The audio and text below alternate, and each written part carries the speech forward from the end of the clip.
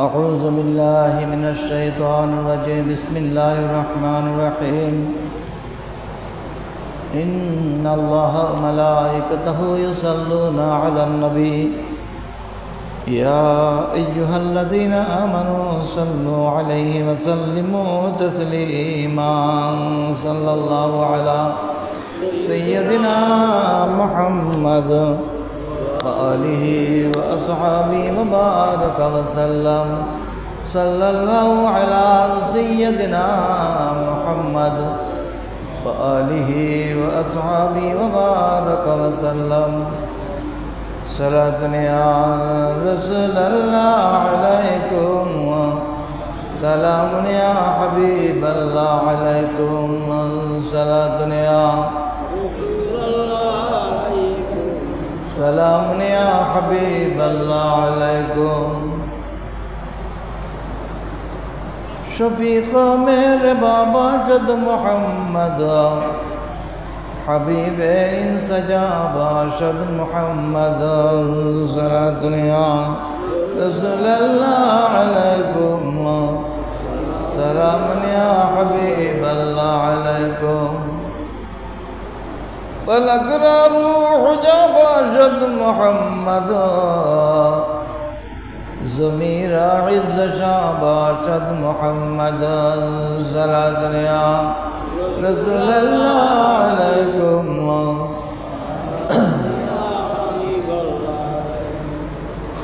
خدا در شان او فرمود لولاک اخص خلقتا باشد محمد صلاة یا رسول اللہ علیکم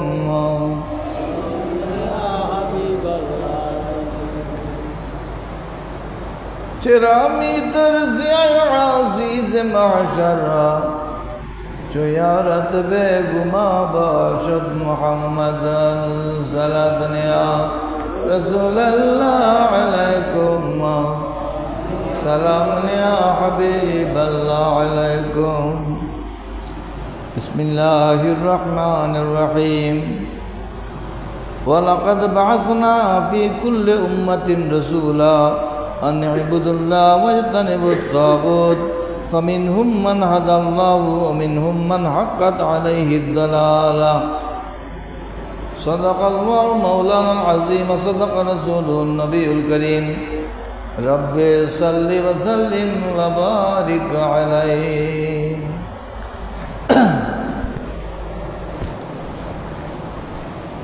أما بعد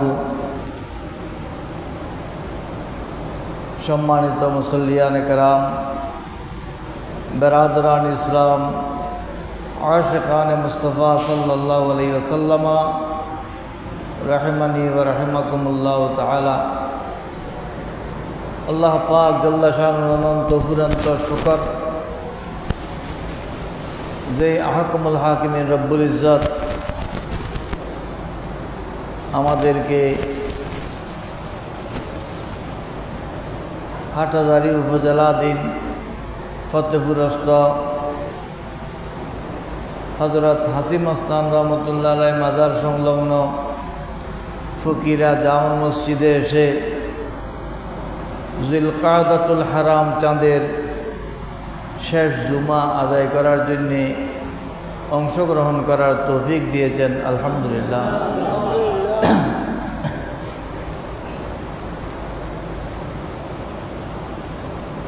দাফে দাফে ধীরে ধীরে আরও একটি মাস আমাদের থেকে বিদায় নিচ্ছে, আমাদের হায়াতের বাজেট থেকে আরও একটি মাস শেষ হয়ে যাচ্ছে। আমরা যেন কবর হাসরের জন্য প্রস্তুতি গ্রহণ করতে পারি, আল্লাহ আমাদেরকে সেই তৌফিক দান করুন, আমিন।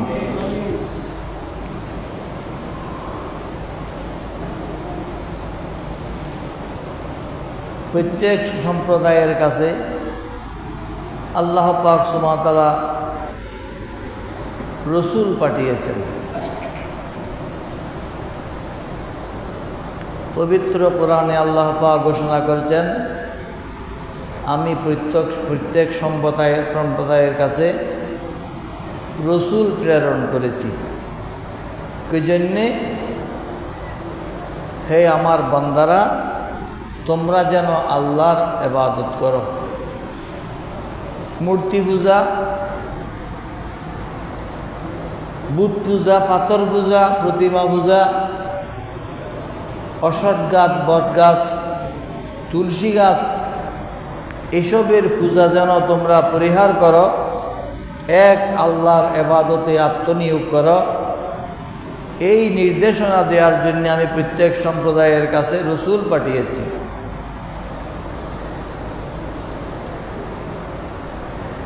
রসুল পাঠানোর পাশাপাশি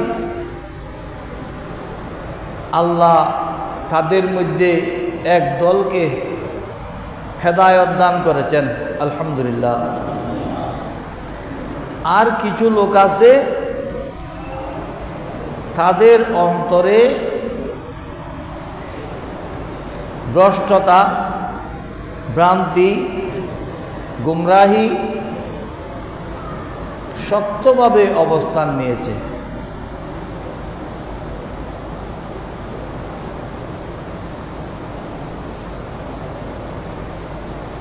তাহলে কিছু লোক আছে যারা হেদায়েত প্রাপ্ত, আর কিছু লোক আছে যারা এখনো মূর্তি পূজা করতেছে, প্রতিমা পূজা করতেছে, পাথর পূজা করতেছে,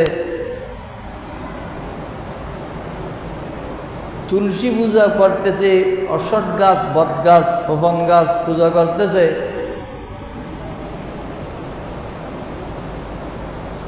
এটা তাদের নসিব। হতভাগা, কপাল পোড়া। আর কিছু লোক আছে যারা বাহ্যিক দৃষ্টিতে কলমা পড়েছে, মানুষ তাদেরকে মুসলমান চিনে, বাস্তবে তারা মুসলমান নয়।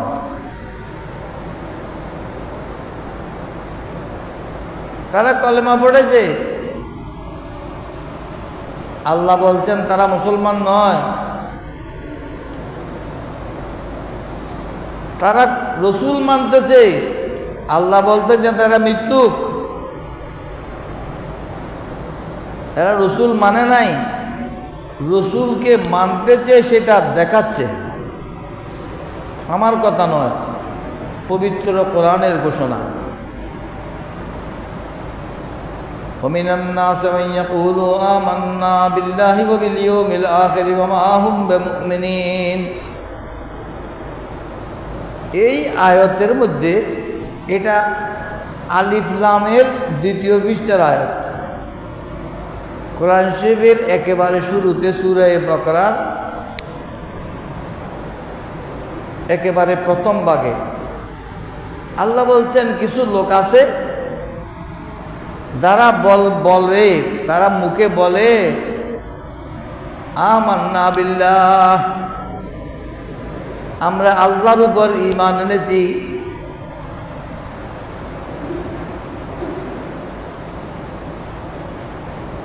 ওয়া বিল ইয়াউমিল আখির, কিয়ামতের উপর বিশ্বাস স্থাপন করেছি।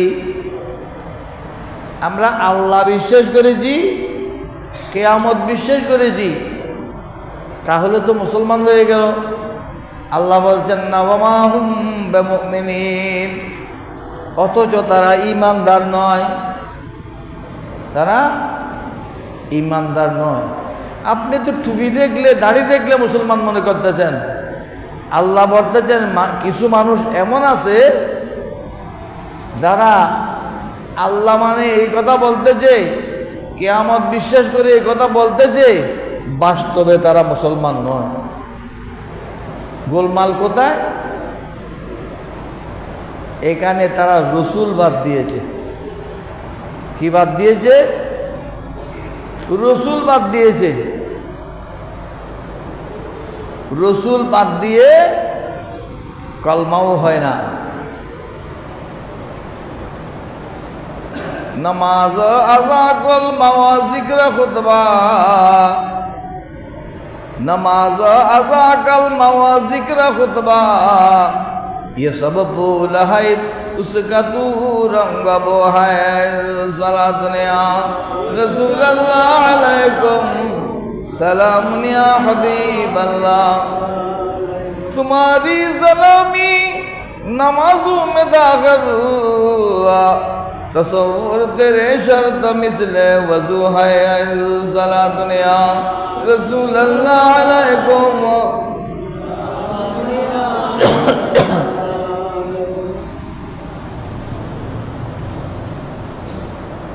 বুঝাচ্ছেন আমাদেরকে হে দুনিয়ার মানুষ নামাজ আযান খুতবা নামাজ আযান খুতবা জিকির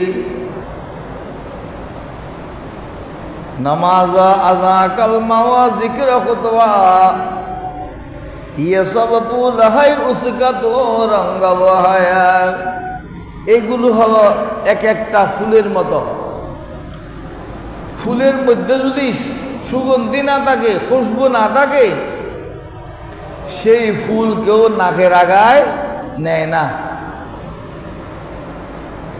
কাগজের ফুলে খুশবু আছে নাই অতএব সেটা কেউ নাকের আগায় নেয় না আমাদেরকে বোঝানোর জন্য আল্লামা মুফতি আহমদ ইয়ার খান বাদায়ুনি রহমতুল্লাহ আলাইহি লিখতে যান নামাজ আযান কালমা জিকির খুতবা কালমা খুতবা আযান যত ইবাদত আছে এগুলো এক একটা ফুলের মতো ফুল দামি হয় কখন যখন তার মধ্যে সুঘ্রাণ থাকে সুগন্ধি থাকে খুশবু থাকে ये सब फूल है उसका तू रंग वो है ফুলের মধ্যে দুইটা সৌন্দর্য আছে একটা হলো তার রং আর একটা হলো গন্ধ এক এক ফুলের এক এক রং এক এক খুশবু এক একজন এক এক ফুলের এক এক রং এক এক খুশবু পছন্দ করে ইয়া রাসূলুল্লাহ আপনার নাম ছাড়া এই ফুলগুলোর কোনো দাম নাই এটার মধ্যে না গন্ধ আছে না রং আছে সৌন্দর্য আছে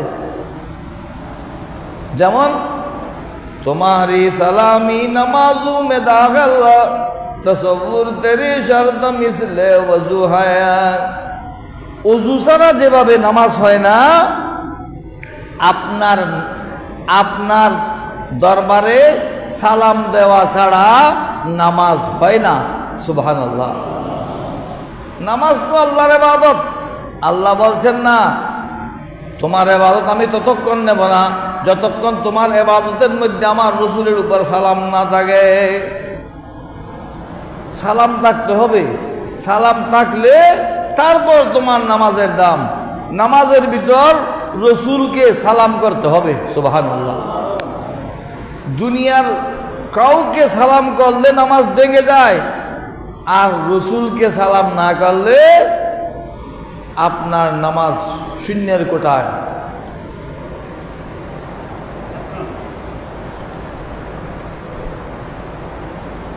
আত্তাহিয়া পড়েন না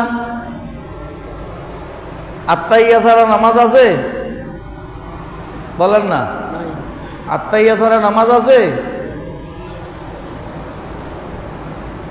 আছে আত্তাহিয়া ছাড়া নামাজ আছে কোন নামাজ জানাজার নামাজ জানাজার মধ্যে আত্তাহিয়া আছে নাই আত্তাহিয়ার মধ্যে কি আছে আসসালামু আলাইকা আইয়ুহান নবিয়্যু হে নবী আপনাকে সালাম আপনি আত্তাহিয়া পড়তেছেন সেখানে নবীকে সালাম দিচ্ছেন আপনি নামাজ পড়ছেন নবীকে সালাম দিচ্ছেন তারপর গিয়ে আবার দুরুদ ইব্রাহিমি পড়তেছেন আবার দুরূদ শরীফ পড়তেছেন এইগুলো ছাড়া আপনার নামাজ পরিপূর্ণ হচ্ছে না এইগুলো বাদ দিলে আপনার নামাজ শূন্যের কোটায় জানাজার নামাজের মধ্যে আত্তাহিয়া নাই, কিন্তু দুরূদ শরীফ আছে কি নাই? দ্বিতীয় তাকবীরের পরে দুরূদ শরীফ পড়তে হয় কিনা? দুরূদ শরীফ ছাড়া জানাজার নামাজও নাই। আপনার ফরজ নামাজ, ওয়াজিব নামাজ, নফল নামাজ, জানাজার নামাজ, সব নামাজের রং আর খুশবু হলো আমার রসুলকে সালাম দেওয়া। সুবহানাল্লাহ। এই চতুর লোকেরা কি বলছে? আল্লাহকে বিশ্বাস করি, হাসর নসরকে, কিয়ামতকে বিশ্বাস করি, পরকালকে বিশ্বাস করি, মাঝখানে চতুরি করে রসুলকে বাদ দিয়েছে। যখন সেটা প্রকাশ পেয়ে গেল, এখন আবার আরেকটা বুদ্ধি করছে। সূরা মুনাফিকুনের প্রথম আয়াত, ইজা জাআকাল মুনাফিকুনা ক্বালু নাশহাদু ইন্নাকা লারাসূলুল্লাহ ওয়াল্লাহু ইয়ালামু ইন্নাকা লারাসূলুহু ওয়াল্লাহু ইয়ালামু আন্নাকা লারাসূলুহু ওয়াল্লাহু ইয়াশহাদু ইন্নাল মুনাফিকিনা লাকাযিবুন। মুনাফিকরা এবার আল্লাহর রসুলের কাছে গেছে, ইয়া রাসূলুল্লাহ, আমরা সাক্ষী দিচ্ছি আপনি আল্লাহর রসুল। আগে বলো নাই কেন? সেটা এক চতুরি ছিল, এখন আর এক চতুরি করতে গেছে। কি? ইয়া রাসূলুল্লাহ, আমরা সাক্ষী দিচ্ছি আপনি আল্লাহর রসুল, আমরা সাক্ষী দিচ্ছি আপনি আল্লাহর রসুল। আল্লাহ বলছেন আপনি যে আল্লাহ রসুল সেটা আল্লাহ জানেন, কিন্তু মুনাফিকরা মিথ্যুক, মুনাফিকরা মিথ্যুক। এই জন্য মুসলমান চেনা কঠিন, মুসলমান বোঝা কঠিন।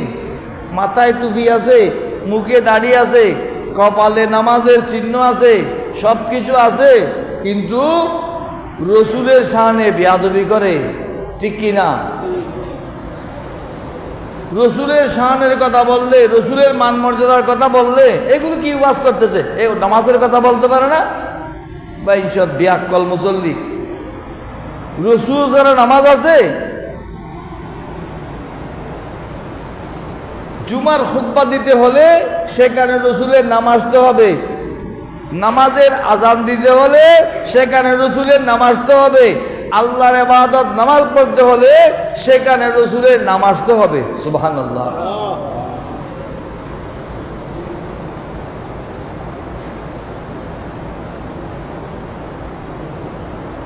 আল্লাহ বলছেন যারা রসুল বুঝে না, রসুল মানে না, রসুলের প্রতি সম্মান প্রদর্শনে কার্পণ্যতা দেখায়, আল্লাহ মানতে অস্বীকার করে, এগুলো সবগুলো এক মুদ্রা রেপিটুপিট। এগুলো তাদের অন্তরে মোহর চেপে দেয়া হয়েছে। তারা গোমরাহ, তারা ভ্রান্ত, তারা ভ্রষ্ট, তারা বাতিল।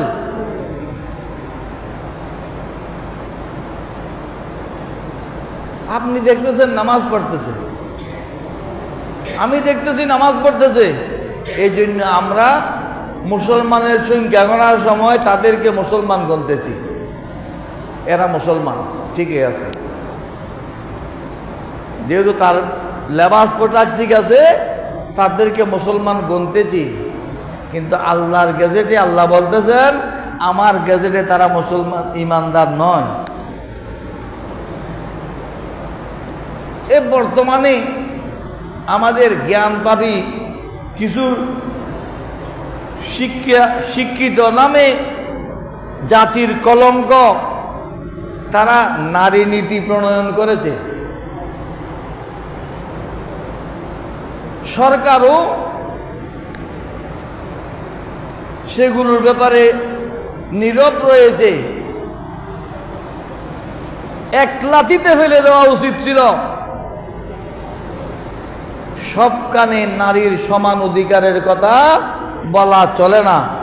সমান অধিকার তো আছে, আমার কাছে এক ভোট, আমার স্ত্রীর কাছেও এক ভোট, আমার ছেলের কাছেও এক ভোট, আমার মেয়ের কাছেও এক ভোট, ঠিক কি না? এক ভোট তো আছে, সমান অধিকার না? আমি যদি মাসে 1 লাখ টাকা উপার্জন করি, আমার স্ত্রী কি 1 লাখ টাকা উপার্জন করতে পারবে? সেই রকম স্ত্রী কয়জনের ঘরে আছে? এই এলাকায় কয়জন স্বামীর স্ত্রী অর্থ উপার্জন করে পরিবার চলাবার সক্ষমতা রাখে? আমি এক ভাই, মনে করেন আমার 3টা বোন আছে, আমার বাবা ইন্তেকাল করে গেছেন, এই বোনগুলোকে বিয়ে দেবে কে? বোনগুলোকে বিয়ে দেবে কে? আমি দিতে হবে।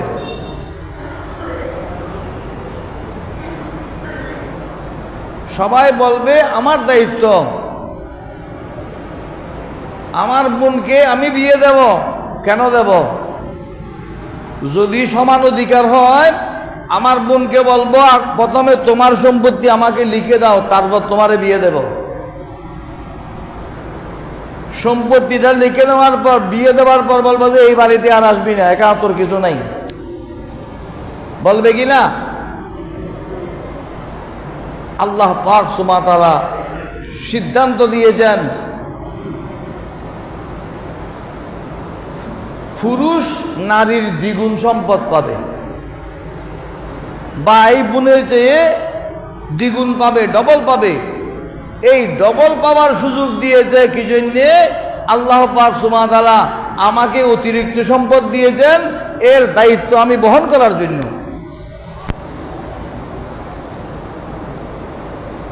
যদি না করি, আমি আল্লাহর কাছে দায়ী থাকবো যে আমি বাবার সম্পদ বেশি ভোগ করতেছি, কিন্তু বোনের দায়িত্ব পালন করি নাই। বোনও তো আমার বাবার সন্তান, ঠিক কি না? তাহলে আমাকে আল্লাহ ডবল দিলেন কেন? আমার বোনের দায়িত্ব যেন আমি আদায় করি। বোনের বিয়ে হয়ে গেছে, বোন কার কাছে আসবে? বাবা তো নাই। বোন বাপের বাড়িতে আসবে, বা বাপের বাড়ি আছে?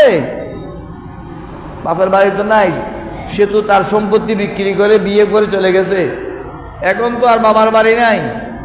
নারীর অধিকার প্রতিষ্ঠা করেছে ইসলাম। বাবার বাড়িতে আসার পথ রেখেছে। কার কাছে আসবে? ভাইয়ের কাছে আসবে। বোনের স্বামী আসবে, বোনের শাশুড় আসবে, বোনের ছেলে আসবে, বোনের মেয়ে আসবে, বোনের ননদ আসবে, বোনের শাশুড়ালয়ের আত্মীয় স্বজন আসবে। সবগুলোর ব্যাপারে মেহমানদারি করা, যাবতীয় খরচ বহন করা কে করবে? ভাই করবে। আল্লাহ ভাইকে এই জন্য দ্বিগুণ সম্পদ দিয়েছেন, আলহামদুলিল্লাহ। হিন্দুদের মধ্যে 1 ইঞ্চি পায় না। বিয়াক্কল নারী নীতি প্রণয়নকারী, জ্ঞান পাবি হিন্দুরা 1 ইঞ্চি পায় না বাবার সম্পদ। হিন্দু নারীরা, হিন্দুদের মধ্যে মেয়েরা কিছুই পায় না, সবগুলো ছেলে পায়। সেটা তো বলতে পারে নাই, সেটার জন্য হিন্দুরাও আন্দোলন করে নাই। এই আমাদের ব্যাককল মুসলমানেরা এইগুলো কানতেছে। কার জন্য? আমার বোন কেন অর্ধেক পাবে সেজন্য। হিন্দুদের মধ্যে তো 1 ইঞ্চিও পাইতেছে না, সেটার জন্য মোটেই চিন্তা করতেছে না এইসব ব্যাককল জ্ঞান পাপী নারী নীতি প্রণয়নকারী।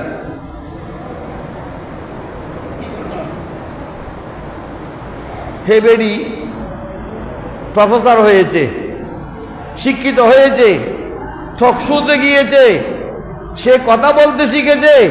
আরে ব্যাককল মহিলা, তোমার মতো কয়জন নারী এই সমাজে আছে? কত পার্সেন্ট আছে?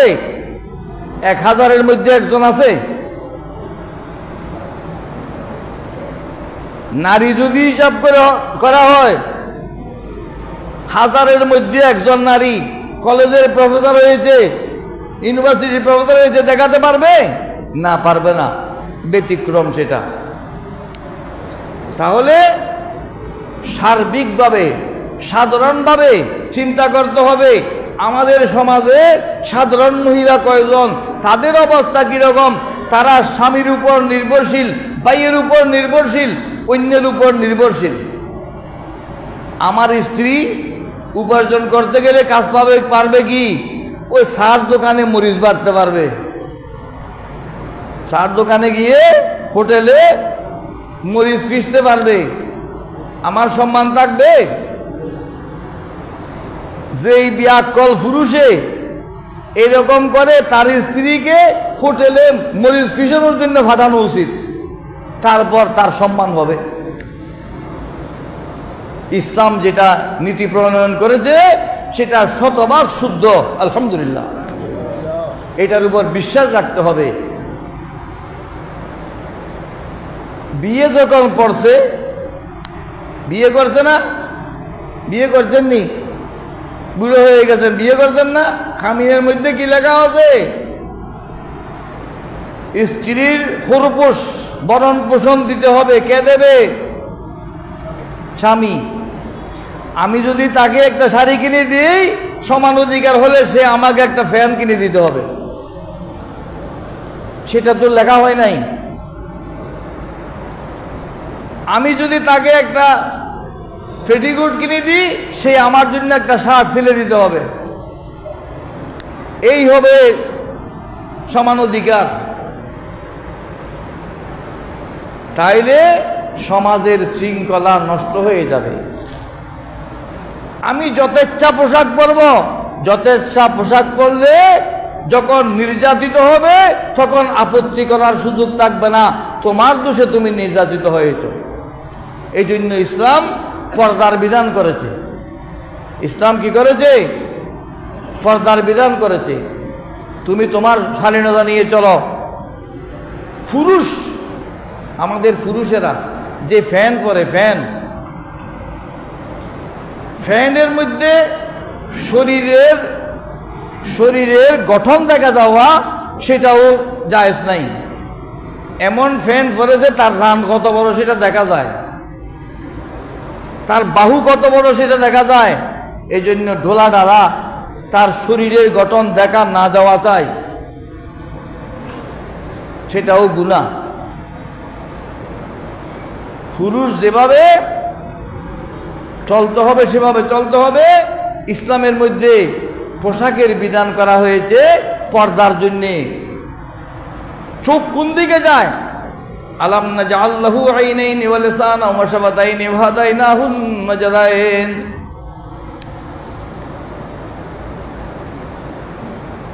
বাপরে বাপ, এমন সুন্দর! এ বাপরে বাপ এমন সুন্দর কখন বলতে পারছে? যখন মুখ খুলেছে। মুখ খোলার আগে কি খুলেছে? চোখ খুলেছে।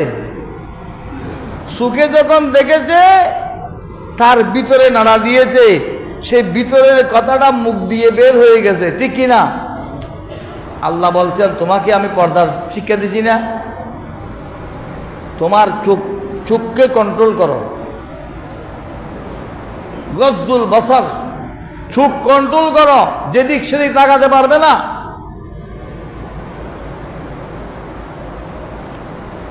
যেই সেই দেখতে পারবে না, যার তার দিকে নজর করতে পারবে না। সেটা হলো ইসলাম, সেটা হলো সুন্দর সমাজ ব্যবস্থা। আলহামদুলিল্লাহ।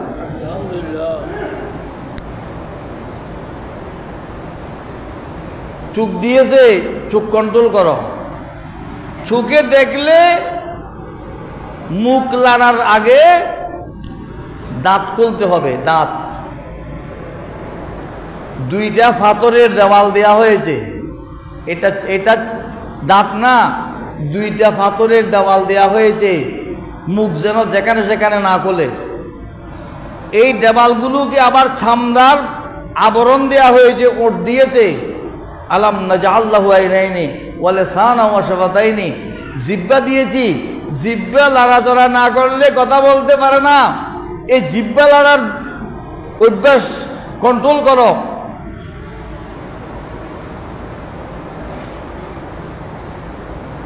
তালাক দিলাম, 100 তালাক, 1 লাখ তালাক, তোরে তালাক, তোর মারে তালাক, তোরে আজান দিয়ে দিতে রে তালাক, নাউজুবিল্লাহ না। এইরকম ব্যাককল তালাক দেখি না, এইরকম অনেক মশলা আমাদের কাছে আসে। তালাক বললে আমরা টাকা লই, কেন তুই তালাক বললি কেন, এর জরিমানা দে, তালাক বলার জরিমানা। এই তালাক বলার আগে, জিব্বা লাগার আগে আল্লাহ জিব্বাকে কন্ট্রোল করার জন্য 2 ফালি দাঁত দিয়েছে, 2 ফালি দাঁত দিয়েছেন। এই দাঁতগুলো কি? সীসা ডালা প্রাচীর, পাথরের দেওয়াল। পাথরের দেওয়াল খোলার আগে ওট খুলতে হবে, ওট খোলার পর দাঁত খুলতে হবে, দাঁত খোলার পর জিব্বা লড়বে, জিব্বা লড়লে তোমার ঈমান, তোমার কুফর, তোমার হালাল, তোমার হারাম সবগুলো এখানে বিদ্যমান। কোনখানে কোন বাড়ির কোন মেয়ে কোনদিন চিনি না, দেখি নাই, পরিচয় নাই, হুজুরে বলছে কবুল করলেন নি? কবুল করলাম। এই করলাম বলার সাথে সাথে ওই মহিলা আপনার উপর হালাল হয়ে গেছে, আলহামদুলিল্লাহ। কিভাবে? আপনি ওঠ খুলেছেন, দাঁত খুলেছেন, জিহ্বা নাড়াচাড়া করেছে, আপনি কথা বলেছেন কি কবুল করলাম। 30 বছর সংসার করার পর বললাম কি তোরে 3 তালাক দিলাম, এখনো আবার জিহ্বা লড়াছে, দাঁত খুলেছে, ওঠ খুলেছে। এই জিহ্বা লড়ার কারণে এখন আবার হারাম হয়ে গেছে। এখন আবার কি? এই হারাম হওয়া হালাল হওয়া দুইটাই তোমার এই মুখের উপর নির্ভর করে। যখন তুমি কলমা পড়েছ, কলমা পড়ার আগে তুমি কাফের ছিলে, কলমা পড়ে তুমি মুসলমান হয়েছ, আলহামদুলিল্লাহ। কিন্তু যদি তুমি কুফরি বাক্য, কুফরি কথা, আল্লাহ আল্লাহ রসুলের বিরোধী কথা তোমার মুখ থেকে যখন আবার বের হয়েছে, তুমি আবার কাফের হয়ে গেছো। নির্ভর কোথায়? এই জিহ্বা লড়ার মধ্যে। জিহ্বা লড়ার মধ্যে তোমার হালাল, তোমার হারাম, তোমার ঈমান, তোমার কুফর সবকিছু এই জিহ্বার সাথে সম্পর্ক। এই জন্য জিহ্বাকে আল্লাহ সীসা ডালা প্রাচীর দিয়ে, পাথরের দেওয়াল দিয়ে কন্ট্রোল করে রেখেছেন। তুমি যখন পর্দা করবে না,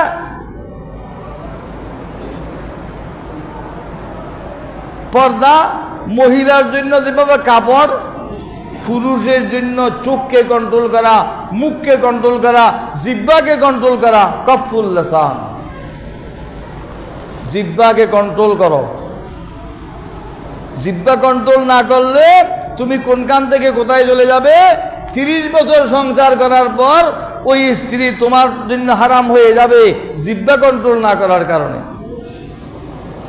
অতএব ইসলামের যেই বিধান আছে, এই বিধানের মধ্যে কেউ বাড়াবাড়ি করবে, আপত্তি করবে, সংশোধন করবে, সেই সুযোগ নাই। সেই নিজেকে কন্ট্রোল করার সেই যোগ্যতা নিজের মধ্যে অর্জন করার জন্য যেতে হয় কোন বিজ্ঞ দিনদার আলেমের কাছে।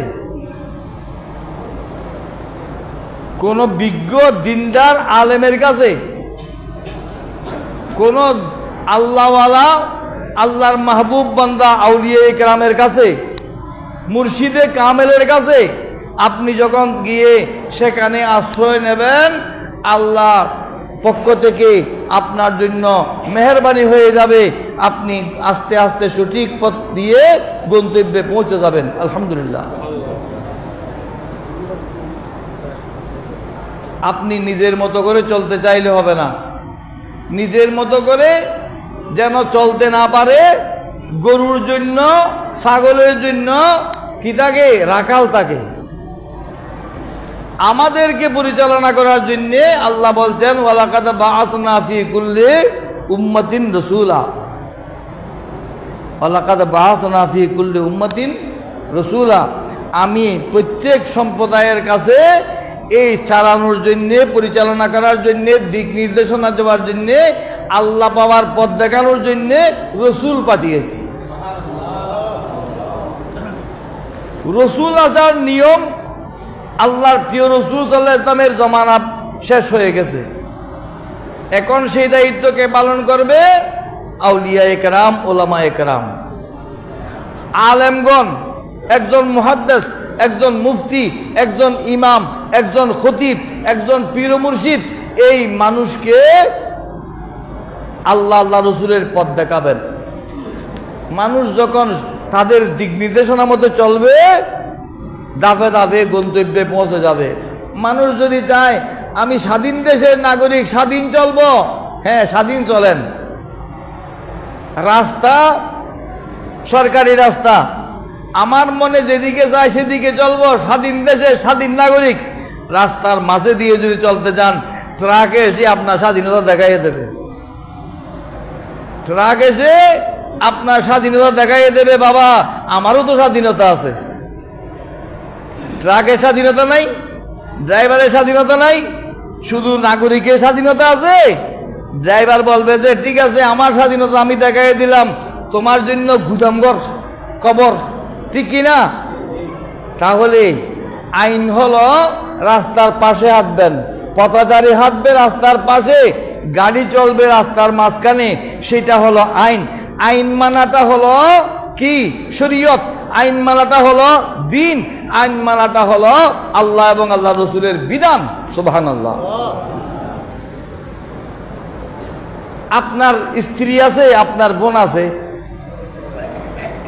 আপনার বোনও মহিলা, আপনার স্ত্রীও মহিলা, দুজনের সাথে কি আপনার আচরণ একরকম হবে? হবে না? বলেন না, হবে না, ঠিক কি না? হবে না।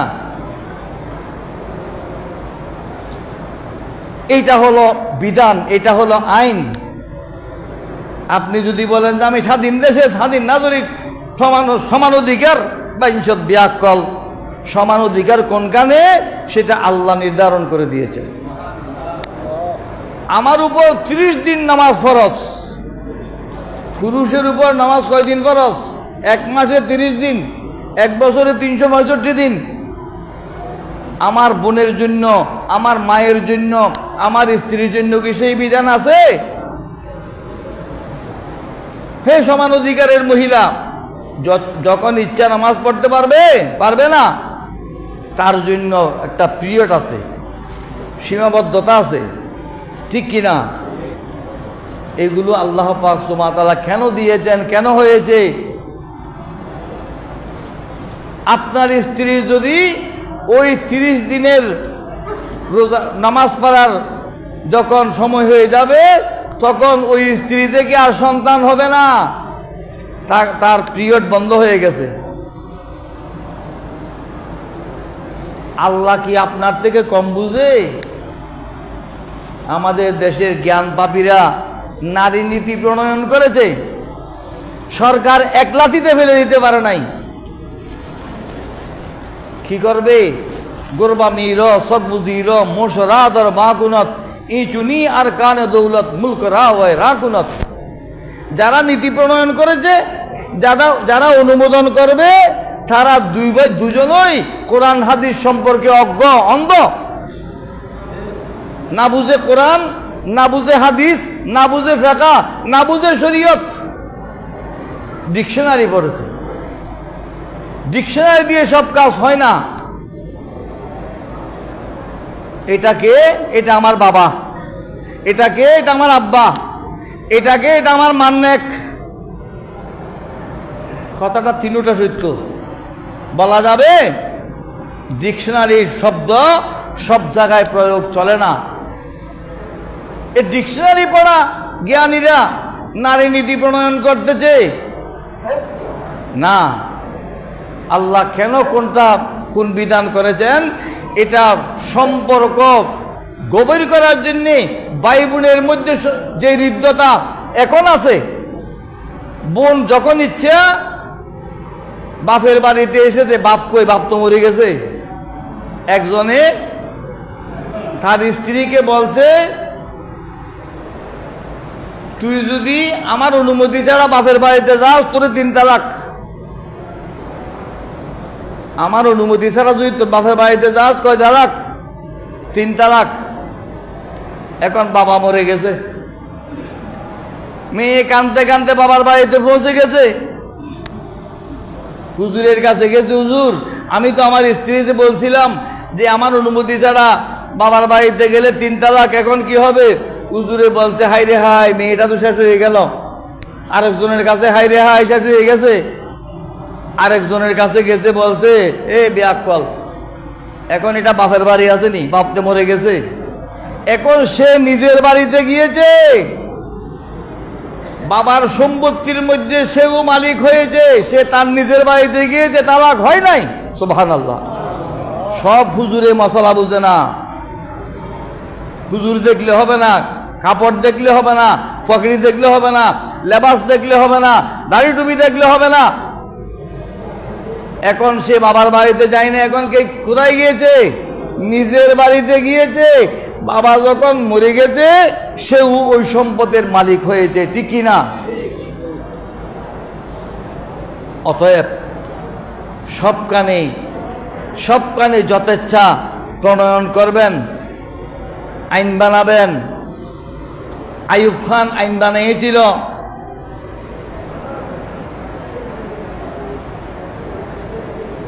দাদার আগে যদি বাবা মরে যায় ওই সমান পাবে, সেও সমান পাবে। সেই আইন যেখানে মূল পাকিস্তান, সেই পাকিস্তানে এই আইন প্রচলন নাই। সেই দেশের উলামায়ে কেরাম প্রতিবাদ করেছেন এটা হবে না, সেই আইন সেখানে প্রচলন নাই। আমাদের বঙ্গা পাকিস্তানি কারা? বাংলাদেশি। বঙ্গা পাকিস্তানিরা সেটা চালু করেছে। বঞ্চিত নয়, বঞ্চিত কোনো বিধান নাই। এই যারা আইন প্রণয়ন করেছে, অ্যাডভোকেট, আইনজীবী, কি আইন বুঝে?